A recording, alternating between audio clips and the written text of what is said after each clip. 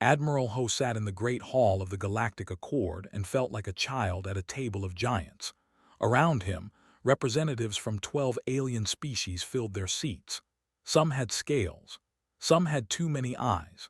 Some floated in glass containers filled with strange liquids. All of them looked at the human section with the same expression.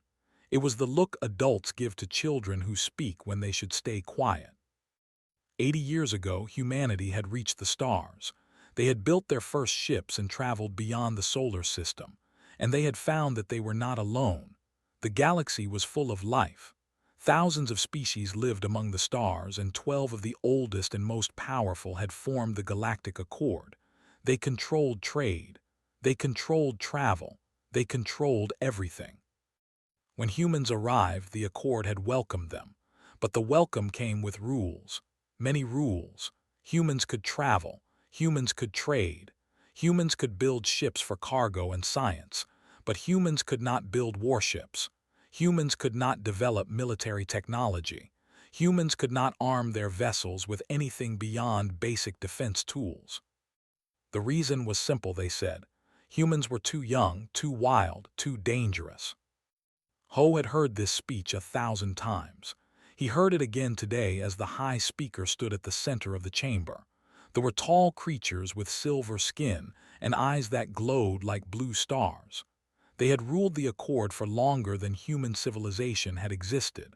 When they spoke, everyone listened. The human delegation has once again requested permission to develop defensive warships, the High Speaker said. His voice echoed through the hall. Once again, the Accord must remind our youngest members of their place. Humanity is protected by the Accord. They do not need weapons. They have us. Laughter came from several sections. Not all species laughed the same way. Some made clicking sounds, some vibrated, but Ho understood the meaning perfectly. They were mocking him, mocking humanity. He stood up. The hall went quiet. Speaking out of turn was considered rude, but Ho was too old to care about being polite. 3 human cargo ships were destroyed last month at the edge of our territory, he said. His voice was calm but firm. Pirates, smugglers, we do not know, we could not fight back. We could only watch our people die. The High Speaker tilted his head. A tragedy. The Accord will investigate. You have been investigating for 80 years, Ho said. How many more humans must die while we wait for your protection? Silence. Then the High Speaker smiled. It was not a kind smile. Admiral, humanity must learn patience. You are a young species. In time, perhaps in a few thousand years, you will earn the trust needed for such responsibilities. Until then, remember that you exist under our protection. Be grateful. Ho said nothing more. He sat down and felt the weight of chains he could not see. Chains made of treaties and rules and the quiet understanding that humanity would never be treated as equals. Not truly. After the summit, Ho walked through the station corridors alone. His footsteps echoed in the empty hallway. He was tired, tired of begging, tired of being patient, tired of watching his people suffer while ancient aliens told him to wait. His communicator buzzed, a message from Earth, from the United Council. Come home, it said. We need to talk. Far away on the moon of Titan, Dr. Park sat in her small office and stared at the files on her screen. She was an engineer, a good one. She designed civilian transport ships. Safe, boring, and completely harmless. That was her job. That was what humans were allowed to do. But the files in front of her were not civilian designs. Someone had sent them to her anonymously. No name, no explanation, just schematics for something called Project Dawn, and what she saw made her heart beat faster. These were warship designs, real ones, advanced ones, ships with weapons and shields and engines that could outrun anything in the Accord fleet, ships that should not exist. Knew she should delete the files, report them, pretend she never saw them. Building warships was forbidden. The punishment would be severe. The Accord could sanction Earth, cut off trade, isolate humanity from the rest of the galaxy. But she did not delete them. Instead, she studied them. And the more she looked, the more amazed she became. Whoever designed these ships was a genius. They had taken alien technology and improved it in ways the Accord had never imagined. Human creativity, human stubbornness, human refusal to accept limits. Her door opened. A man in a dark uniform stepped inside. He was old, with gray hair and tired eyes, but he stood straight like a soldier. "Dr. Park," he said, "my name is Director Han Dong. I see you received our message." "This is treason," whispered, "if the Accord finds out." "They will not find out," Han said. "Not until we are ready. Dr. Park, humanity has been building in secret for 30 years. We have facilities on the moon, on Mars, hidden in asteroid belts. We have ships, real ships, and we need people like you to finish what we started." "Why me?" "Because you are the best, and because you understand something that many humans have forgotten." He leaned closer. "We were not meant to be pets. We were not meant to beg for scraps at the table of aliens who see us as children. We were meant to stand on our own feet, to fight for ourselves, to be free." Looked at the schematics again. Her hands were shaking. Fear, excitement, hope. "What do you need me to do?" she asked. Han smiled for the first time. "Come with me. There is much to show you." At the edge of human space, Commander Wu sat in the captain's chair of his patrol ship. His job was simple: fly along the border, watch for trouble, report anything unusual. His ship had no weapons, no shields. If something attacked, his only option was to run. Tonight something felt wrong. His sensors showed strange readings, energy signatures that did not match anything in the Accord database. Something was out there, something watching. "Sir," his officer said, "the readings are getting stronger. Should we move closer?" Wu thought for a moment. Every instinct told him to stay away. But he was a soldier at heart, even if they had taken away his weapons. "Bring us in slowly," he said. "Let us see what we are dealing with." The ship moved forward into the darkness, and somewhere in that darkness, something ancient and terrible stirred, something that the Accord had forgotten, something that humanity would soon face alone. Back on Earth, Admiral Ho stepped into the chambers of the United Council. The leaders of humanity sat around a long table, their faces serious. They had all heard about the summit. They had all felt the same frustration. "Admiral," the council president said, "we have heard enough. The Accord will never change. They will never see us as equals, so we have a decision to make. Do we continue to bow, or do we stand up?" Ho looked at the faces around the table. Men and women who had spent their lives trying to play by the rules, rules that were designed to keep them weak. "They told us we could not build warships," Ho said slowly. "They cautioned us, warned us, threatened us." He paused. "I think it is time we stopped listening." The council president nodded. "Then we are agreed. Project Dawn moves forward. May the stars forgive us for what we are about to do." Ho smiled grimly. "The stars will not forgive us, but our children will thank us." And so it began, in secret, in shadows, in defiance of everything they had been told. Humanity was building warships, and they would never ask permission again. The transport ship landed on a moon that should have been empty. Dr. Park stepped out and looked around at what appeared to be a simple mining facility.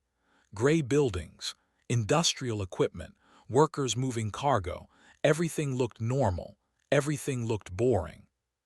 But Director Han Dong had promised her something extraordinary.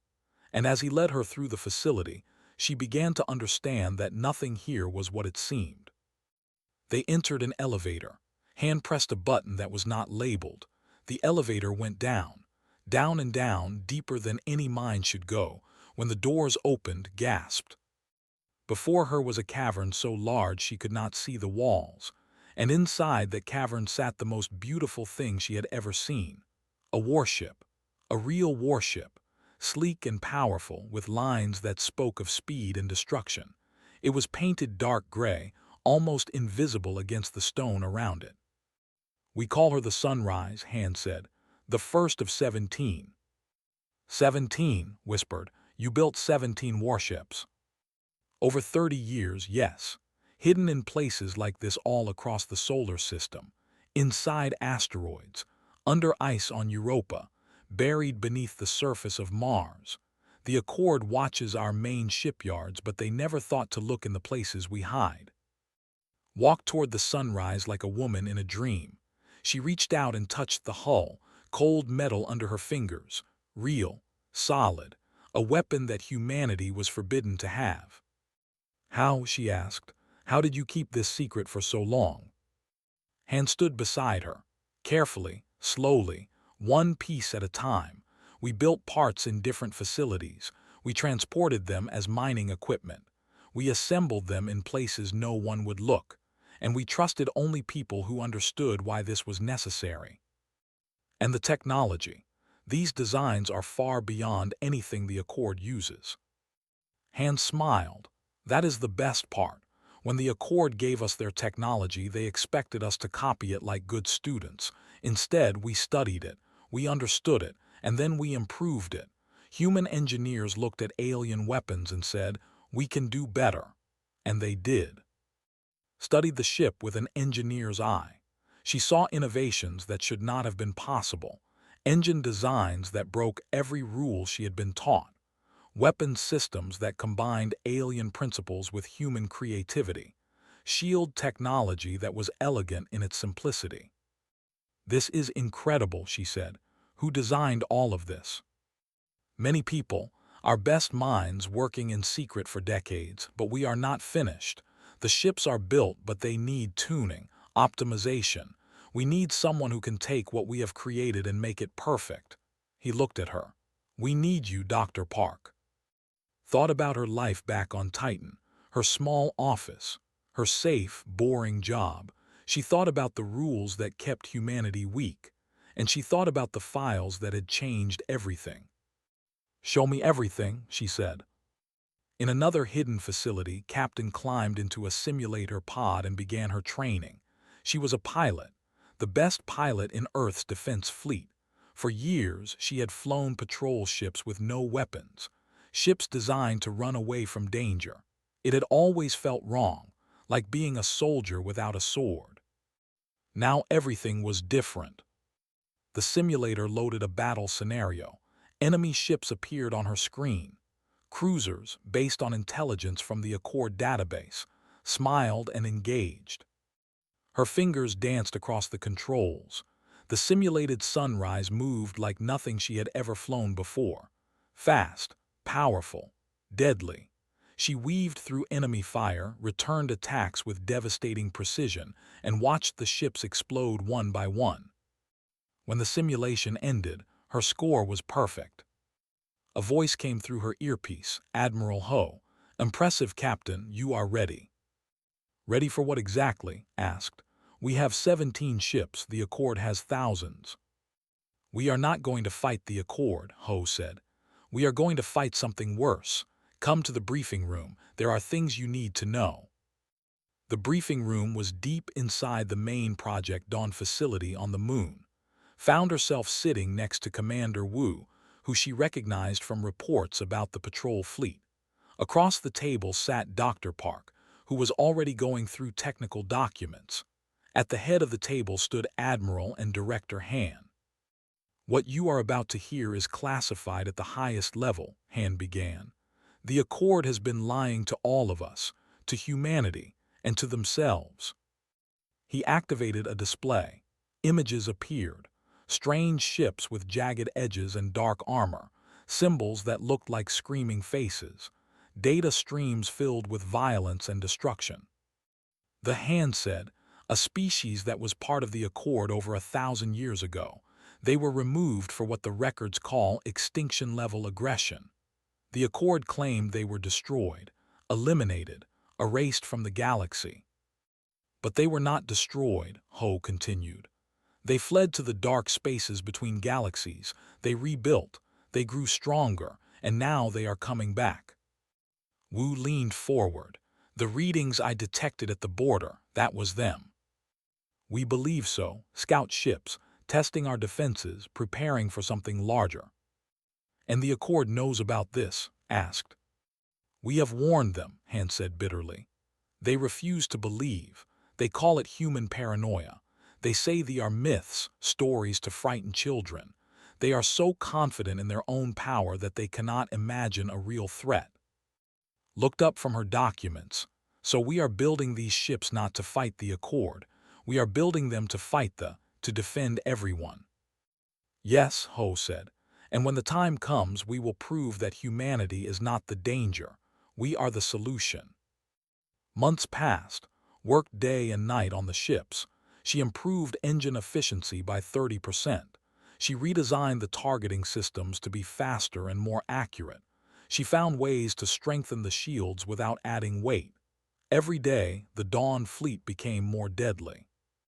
Trained constantly, not just herself but the crews who would serve on the warships, thousands of men and women secretly recruited from across human space. Pilots, gunners, engineers, soldiers, all of them learning to fight a war they hoped would never come. Wu continued his patrols at the border. The strange readings came more often now, closer, bolder. Something was out there, watching and waiting. He reported everything to Admiral, who added each data point to a growing picture of disaster. And Ho played his part in the Accord, pretending to be the patient human diplomat while secretly counting down the days until everything would change. One evening found Director Han standing alone in the hangar bay, staring at the sunrise. He looked older than usual, tired. "Do you ever wonder if we are making a mistake?" she asked. Han was quiet for a long moment. Every day, every hour, what we are doing could destroy humanity. If the Accord discovers us before we are ready, they could turn the entire galaxy against us. Sanctions, blockades, perhaps even war. Then why do you continue? He turned to look at her. His eyes were filled with something she recognized. Not fear, not doubt, determination. Because I remember what my grandfather told me when I was young. He said that humans have always faced impossible choices. We have always been told that we cannot succeed, that we should give up, accept our fate. And we have always refused. That is who we are. We do not surrender. We do not stop. We fight until the last breath against any enemy, against any odds. He looked back at the ship. They are coming. The Accord is blind. If we do nothing, billions will die. So yes, I wonder if we are making a mistake. But I would rather make a mistake while trying than make no mistakes while doing nothing. Nodded slowly. She understood. They all did. This was bigger than treaties or rules or the fear of punishment. This was about survival, not just humanity's survival but the survival of everyone. The ships are almost ready, she said. Another few months and we will have a fleet that can fight anything. Han smiled. It was a sad smile, but there was hope in it too. Then we had better hurry, he said. Time is running out. And somewhere in the darkness beyond the stars, they continued their preparations. Ships gathered, weapons charged, an army of destruction that had waited 1,000 years for revenge. The galaxy was about to burn. But this time, humanity would be ready. This time, humanity would fight back. The message came at midnight. Admiral Ho read it 3 times, hoping the words would change. They did not. The Accord knows. Spy discovered evidence of Project Dawn. Emergency summit called. Your presence required immediately.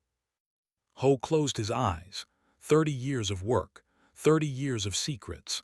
And now, at the worst possible moment, everything was falling apart. He contacted Director Han. They found us. Han's voice was calm, but Ho could hear the tension beneath. How much do they know? Unknown, but enough to call a summit, enough to make accusations. The fleet is not ready. We need more time. We have no more time. Ho stood and straightened his uniform. I will go to the summit. I will face whatever comes. You must continue the work. No matter what happens to me, the ships must be finished. Han was silent for a moment. Be careful, old friend. I have never been careful in my life. That is why we are in this situation. The Accord Summit Station was larger than most cities. Thousands of aliens moved through its corridors.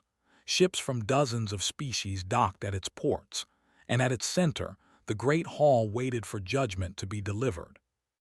Ho walked into the chamber alone. No staff, no guards, just one old man against the most powerful beings in the galaxy. The 12 species were already present. The High Speaker stood at his podium, and his blue eyes glowed with cold satisfaction. Other species watched with expressions ranging from curiosity to disgust. The human section was empty except for Ho. Admiral Ho of Earth, the High Speaker announced. You have been summoned to answer charges of treaty violation. Evidence has been presented that humanity has secretly constructed military vessels in defiance of Accord law. How do you respond? Ho looked around the chamber. So many species, so much power, and all of it pointed at him like a weapon. The charges are accurate, he said simply. Gasps, murmurs. The aliens had expected denial. Arguments, excuses. They had not expected the truth. You admit to building warships? The High Speaker asked, clearly surprised. I admit to building 17 warships over the past 30 years. Hidden facilities across our solar system. Advanced technology developed in secret. All of it true. Then you confess to the most serious violation of Accord law in centuries. You understand the consequences. Ho smiled. It was not a happy smile. I understand that you are going to threaten us, demand we destroy our ships, punish our people, treat us like criminals for daring to defend ourselves. Defense, another alien spoke, a creature with 4 arms and a face like a spider. Defense against whom? The Accord protects you. Does it? Ho's voice grew stronger. 3 months ago, Commander Wu and his patrol fleet detected unknown vessels at the edge of human space. 1 week ago, those vessels attacked. 3 of our ships were destroyed. Hundreds of our people died. And do you know what those vessels were? Silence. Scouts, the who you told us were destroyed 1,000 years ago. The who you promised were no longer a threat. They are here. They are real, and they are preparing to invade. The High Speaker laughed, actually laughed. The sound echoed through the chamber like breaking glass. Though again with this fantasy. Admiral, humanity's imagination is impressive, but creating fake threats does not excuse real crimes. Fake threats, Ho's patience finally broke. We have data, recordings, physical evidence from the attack. My people are dying and you call it imagination. They were eliminated. This is historical fact. Whatever attacked your ships was pirates or smugglers or perhaps your own incompetence. It does not matter. What matters is that you have violated sacred treaties. You have endangered the stability of the Accord. You must face consequences. The High Speaker raised his hand. Humanity is hereby given 30 cycles to dismantle all military vessels and surrender all weapons technology. Failure to comply will result in collective judgment, trade sanctions, travel restrictions, complete isolation from the galactic community. You will become alone in the universe. Do you understand? Ho stood in the center of the chamber, surrounded by enemies who called themselves friends.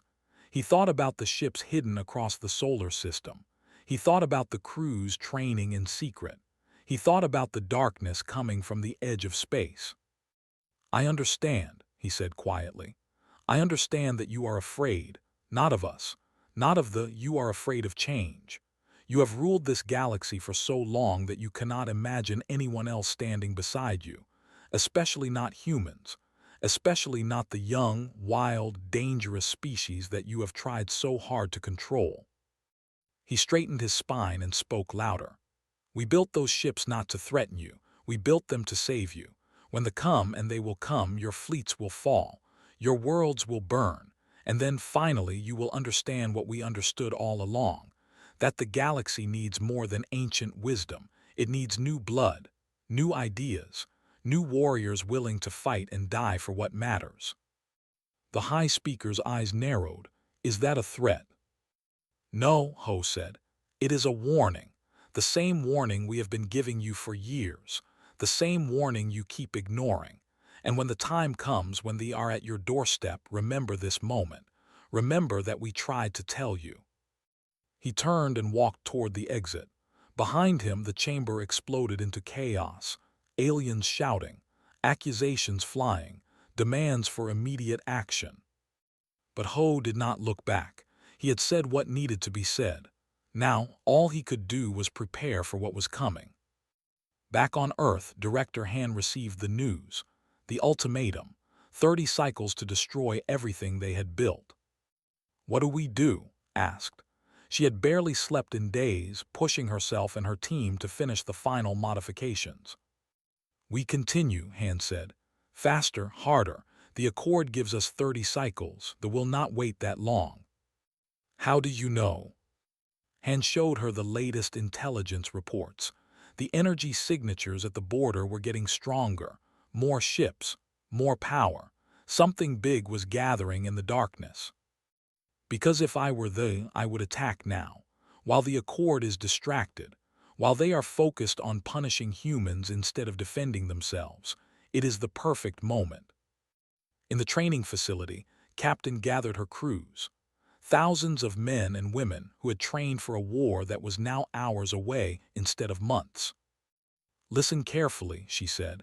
Everything has changed. The Accord knows about us. They want us to surrender, but that is not going to happen, because out there in the darkness something worse than the Accord is waiting, and we are the only ones who are ready to fight. Lieutenant 1 Ryu, her young weapons officer, raised her hand. Captain, are we really going to defy the entire galaxy? Looked at her. One was 28 years old, brilliant with weapons systems but still young enough to hope for peaceful solutions. Yes, said, we are, because sometimes the right thing and the easy thing are not the same. Sometimes you have to stand up even when everyone is telling you to sit down. That is what it means to be human. We do not wait for permission. We do not beg for protection. We take our fate in our own hands and we fight. The crews were silent. Then one by one they nodded. They understood. That night, Commander Wu detected the largest energy signature he had ever seen. It came from beyond the border, from the space between stars where nothing should exist. And it was moving. He sent an emergency transmission to Earth. They are coming. God help us all, they are coming. On the sunrise, Dr. Park finished her final calibrations. The ship was ready. All 17 ships were ready. It had taken 30 years, but humanity finally had a fleet capable of fighting back. She looked out the viewport at the stars. Somewhere out there, an ancient enemy was approaching. Behind her, the entire galaxy was trying to stop humanity from defending itself. And in front of her, nothing but the unknown. Director Han, she said into her communicator, the Dawn Fleet is operational. What are your orders? Han's voice came back, heavy with the weight of history. Launch everything. If the Accord will not fight, we will. Took her seat in the captain's chair of the Sunrise. Around her, the bridge crew moved to their stations. One powered up the weapon systems. Engines hummed to life. All ships report ready, came the message from the fleet. Took a deep breath. This was the moment everything changed. The moment humanity stopped asking for permission and started demanding respect. Dawn Fleet, she said. This is Captain, we are launching. Stay together, trust your training, and remember why we are doing this. Not for glory, not for revenge, but because someone has to stand between the darkness and the people who cannot defend themselves. Today, that someone is us. The hangar doors opened. 17 warships carrying the hope of humanity rose into the black sky. The battle for survival had begun. The war fleet was magnificent. 300 ships arranged in perfect formation, moving through space like a silver tide. They were the pride of the Accord, veterans of conflicts that humans could not even imagine. Their weapons were ancient and powerful. Their shields were legendary. Their commanders had studied war for longer than Earth had existed. They met thee at the system, outnumbering them 3-1. The battle lasted 4 hours. When it ended, the fleet was gone. 300 ships reduced to burning wreckage drifting through space. Millions of soldiers dead. The greatest military force the Accord had ever assembled, destroyed in a single afternoon. Admiral Ho received the news on Earth. He sat alone in his office and read the reports 3 times. The commander had been confident, arrogant. He had expected to flee before the might of the Accord. Instead, they had torn through the like paper. Their weapons were different now, evolved over 1,000 years of preparation. Their tactics were brutal and unpredictable. They did not fight for territory or resources. They fought for destruction, pure and simple.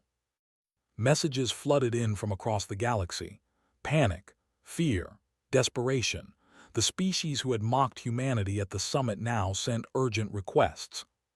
Please help us, your ships, your weapons, we need them. Ho read each message carefully. Part of him wanted to refuse. Part of him wanted to let them suffer for their arrogance. They had called humanity children, dangerous, untrustworthy. They had demanded the destruction of the only weapons capable of stopping the. But Ho was not a man who held grudges, not when lives were at stake. He opened a channel to the Dawn Fleet. Captain, status report. His voice came back clear and steady. All 17 ships operational, crews ready. We are awaiting orders. The fleet has been destroyed. They are advancing on Accord space. Multiple colony worlds are in danger. He paused. We are going to save them. Understood, Admiral. What is our target? Ho looked at the tactical map. Red dots showing positions spreading like a disease. Blue dots showing the scattered remains of Accord defenses, and one small cluster of green dots. The Dawn Fleet. 17 ships against an empire of destruction. The Helix Nebula, he said. Intelligence suggests a major force is moving through that area. If we can stop them there, we can slow their advance. Give the Accord time to regroup.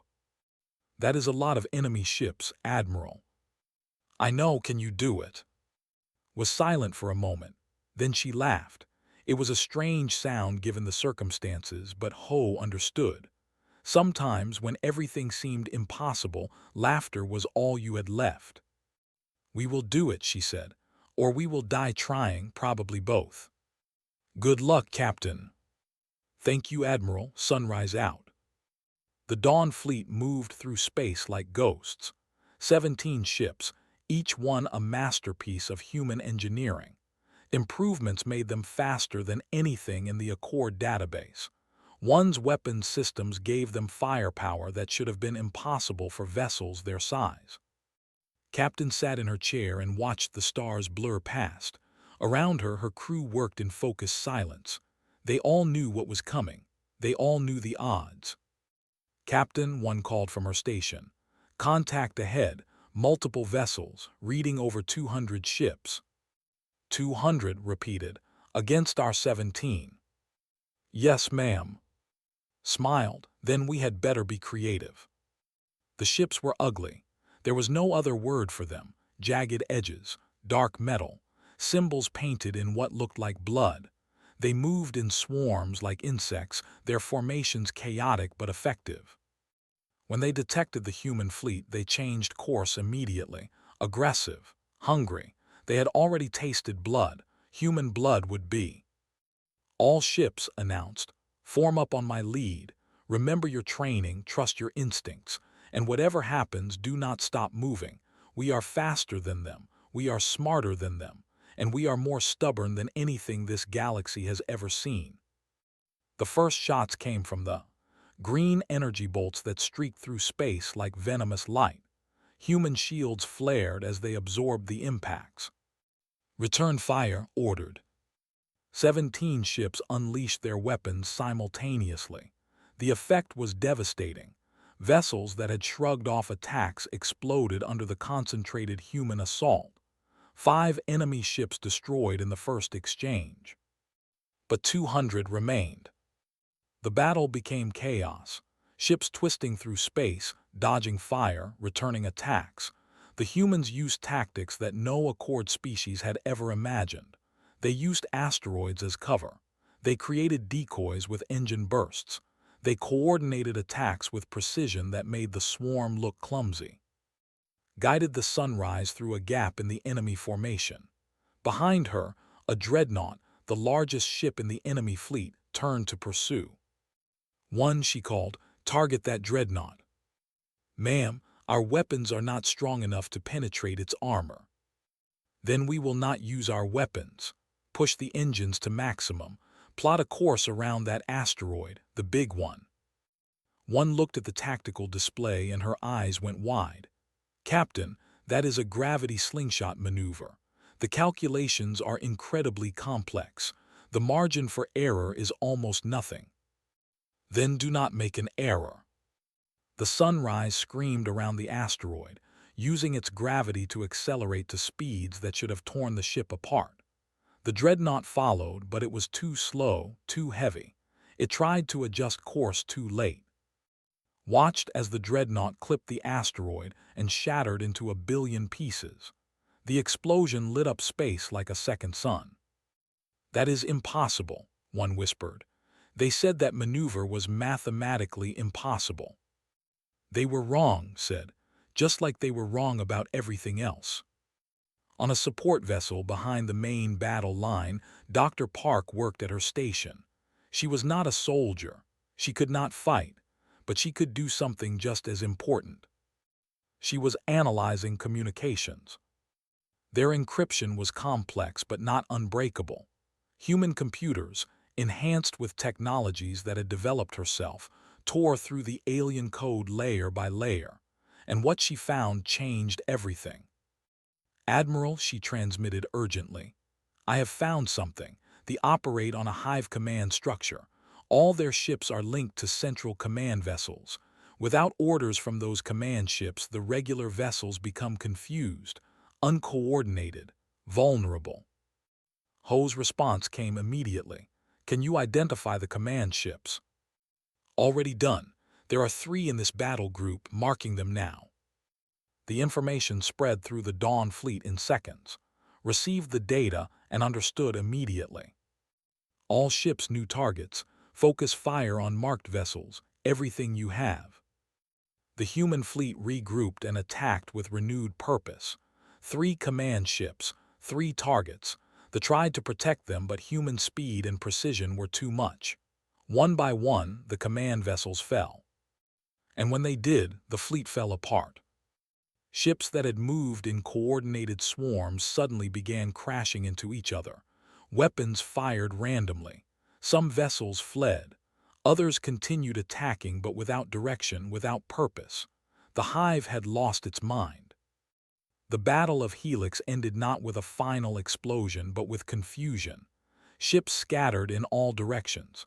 The human fleet pursued some, destroyed others, and let the rest run. When the firing stopped, humanity had lost 5 ships, 12 remained, but they had faced 200 enemies and won. Dawn Fleet announced, her voice tired but proud, victory. Across the galaxy, the Accord watched in stunned silence. The species who had demanded humanity's punishment, who had called their warnings paranoid, now saw the truth. 17 human ships had done what 300 ships could not. Messages came flooding in again, but this time they were different. Thank you. We were wrong. Please help us save our worlds. Admiral read each message. He thought about all the years of humiliation, all the summits where humanity had been treated like children, all the rules designed to keep them weak. And he realized that none of it mattered anymore. The past was the past. What mattered now was the future. Captain, he transmitted. Well done, get your crews some rest. The main fleet is still coming. This was only the beginning. Looked out at the battlefield, debris floating everywhere. The twisted remains of enemy ships, and 12 human vessels battered but unbroken. We will be ready, she said. Whatever comes next, we will be ready. Director Han watched the battle reports from his command center on the moon. 30 years of work had just been tested in combat, and it had worked, better than he had ever hoped. "The galaxy is watching," he said quietly to himself. "Let them see, let them understand. This is what humanity can do when we refuse to be limited.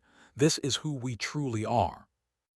Outside, the stars continued to shine, indifferent to the wars of mortals. But somewhere in those stars that were gathering, their scouts had failed. Their advance force had been defeated. Now they would send everything. The real battle was still to come, and humanity would face it standing tall. The final message from space arrived like a death sentence. Over 10,000 ships were gathering at the largest fleet ever assembled in galactic history. Their destination was clear. They would sweep through Accord space, system by system, world by world, until nothing remained. Admiral Ho stood in the command center on Earth and looked at the map. 10,000 ships, 12 human vessels remained after the Battle of Helix. The math was simple. The math was impossible. "The Accord fleets are refusing to engage," his officer reported. "They say the situation is hopeless. Several species are already preparing surrender negotiations." "Surrender to the—" Ho shook his head. "They have not studied history. They do not accept surrender. They only accept extinction." Director Han joined him at the display. The old man looked even older now, worn down by years of secrets and the weight of what was coming. "There is one option," Han said quietly. "The command nexus, the heart of control. Every ship in their fleet is linked to it. If we destroy it, we destroy their coordination. Their entire fleet would collapse into chaos." "Where is this nexus?" "Deep in space, surrounded by their entire armada. Getting there would be suicide." Ho studied the map. A long corridor of enemy territory, thousands of ships between here and there, and at the end, a single target that could end everything. "Suicide," he repeated, "but possible." Han nodded slowly. "Possible, with 12 ships and the best crews humanity has ever produced. Possible, but barely." Ho made his decision. He opened a channel to the Dawn Fleet. "All captains, this is Admiral. I am proposing a final mission. Operation Last Dawn. We will strike directly at the command nexus and destroy it. This will end the threat to the galaxy. But I will not lie to you. Most of us will not come back. Perhaps none of us. I am asking for volunteers only. Anyone who wishes to remain behind will face no shame." Silence on the channel. Then Captain's voice came through, clear and strong. "Admiral, with respect, we did not build these ships to survive. We built them to win. The Sunrise and her crew are in." One by one, the other captains responded. 11 more voices, 11 more commitments, 12 ships ready to fly into the heart of darkness. "Very well," Ho said. His voice caught for just a moment. "Operation Last Dawn is approved. May the spirits of our ancestors fly with us." The Dawn Fleet departed from Earth space under a blanket of stars. Behind them, billions of humans watched and waited. Some prayed, some wept. All of them understood that they were witnessing something historic, something final. On the Sunrise, Lieutenant 1 Ryu ran calculations at her weapons station. She was looking for something, anything that could give them an edge. "Captain," she called, "I have an idea. The command nexus is heavily shielded. Our weapons cannot penetrate from a distance. But if we could get a ship close enough inside the shield radius, a full reactor overload could destroy it." Looked at her young officer. "You are talking about turning one of our ships into a bomb." "Yes, ma'am, but it would work. I am certain of it." "And the crew of that ship?" One was silent. The answer was obvious. Nodded slowly. "Keep working on it. We will decide when we get there." The journey into space took 3 days. 3 days of tension and fear and quiet preparation. The crews wrote letters to loved ones. They shared meals together. They remembered why they were fighting and who they were fighting for. Dr. Park spent those days monitoring enemy communications. They were confident, arrogant. They did not believe any force would dare to attack there. That arrogance would be their weakness. "They are not expecting us," she reported too. "Their patrols are focused outward, toward Accord space. The path to the Nexus is guarded but not as heavily as their main fleet." "Then we go fast and we go hard," said. "No stopping, no hesitation. We punch through and we finish this." The attack began at dawn, Earth time. A symbolic choice. The Dawn fleet emerged from faster-than-light travel at the edge of the system and immediately accelerated to maximum speed. Alarms screamed across the enemy fleet. Thousands of ships turned to face the tiny human force. But humans were faster. Humans were ready. The first wave of ships fell under concentrated fire. The Dawn fleet moved like a single organism, each ship covering the others, each attack perfectly coordinated. They carved a path through the enemy formation with precision that they had never faced. But there were too many enemies. For every ship they destroyed, 10 more took its place. "We are losing ships," someone reported. "The Phoenix is gone. The Thunder is taking heavy damage." Watched the battle unfold around her, ships exploding, lives ending, her friends dying one by one. "Keep pushing," she ordered. "The Nexus is ahead, nothing else matters." 6 ships fell, then 2 more, then 3 more. The human fleet was being torn apart, but they did not stop. They did not slow down. Finally, the sunrise broke through. The command nexus loomed ahead, a massive structure pulsing with dark energy. Around it, shields glimmered like a wall of light. And behind the sunrise, no other human ships remained. "We are the last," one reported. Her voice was steady but could hear the fear beneath.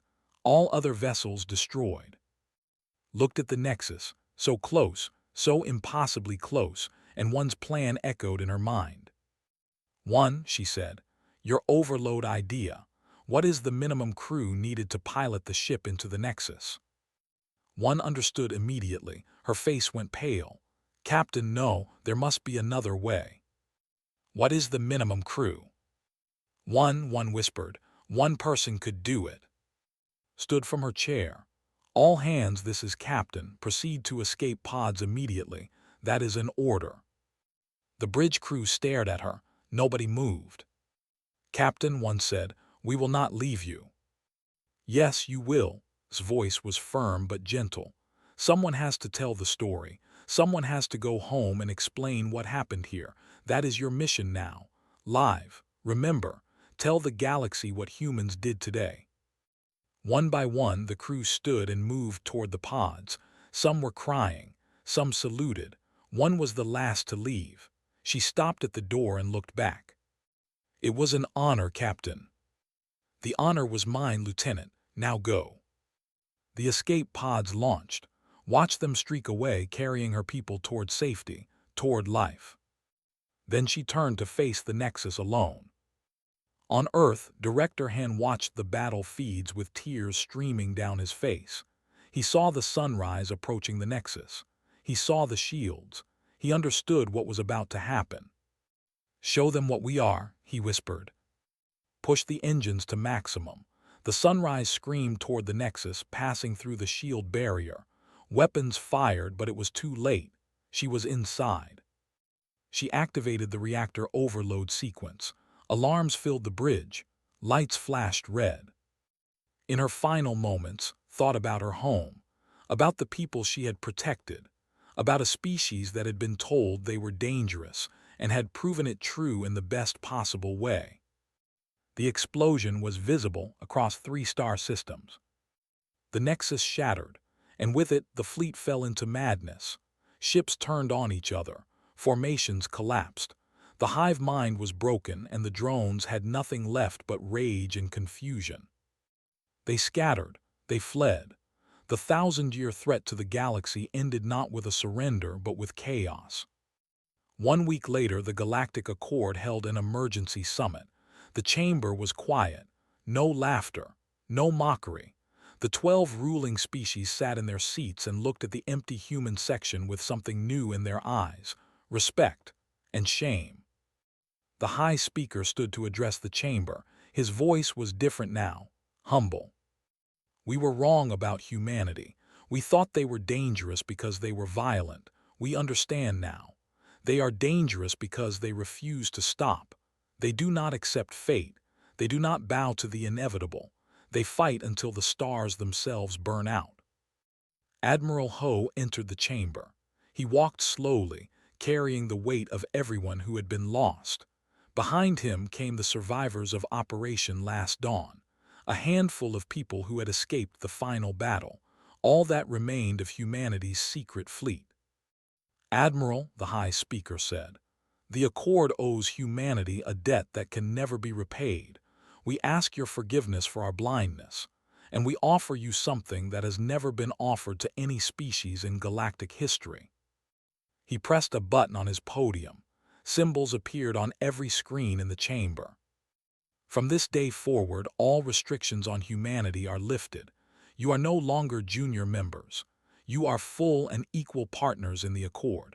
And more than that, you are granted the title of Guardians of the Accord, protectors of the galaxy, the first species to earn this honor through blood and sacrifice." Ho looked around the chamber. He thought about all the years of humiliation, all the rules that had bound his people, all the lives that had been lost to prove a simple truth. "We do not want to rule you," he said. "We do not want to conquer. We only wanted what we have always wanted: a seat at the table, as equals." The vote was unanimous. For the first time in centuries, every species in the Accord agreed on something. Humanity was free. 1 month later, a memorial was built in orbit around Earth, a structure of light and crystal, visible from the surface below. On it were engraved the names of everyone who had died in the war, and at the very top, in letters that caught the sunlight, one name stood above the rest: Captain. Commander Wu, now promoted to Admiral, stood at the ceremony and spoke to the gathered crowds. "They told us we could not build warships. They cautioned us. They warned us. We did it anyway, and because we did, the galaxy still exists. This memorial is not just for the dead. It is a promise to the living. We will never stop fighting. We will never stop protecting. We will never stop being human." On Titan, Dr. Park returned to her office, but instead of civilian transport designs, her screen now showed something new: schematics for 28 advanced warships, the next generation of the Dawn fleet. Director Han joined her, looking healthier than he had in years. "Building more ships?" he asked. "Just in case," she said. He smiled. "That is very human of you." In the darkness beyond the stars, the universe continued its endless turning. New threats would come, new challenges would arise, but humanity would be ready. They had proven themselves once. They would prove themselves again, as many times as necessary, because that was who they were. A species that refused to accept limits. A species that turned restrictions into motivation. A species that looked at the impossible and said, "We will do it anyway." Humanity was unchained, and the galaxy would never be the same.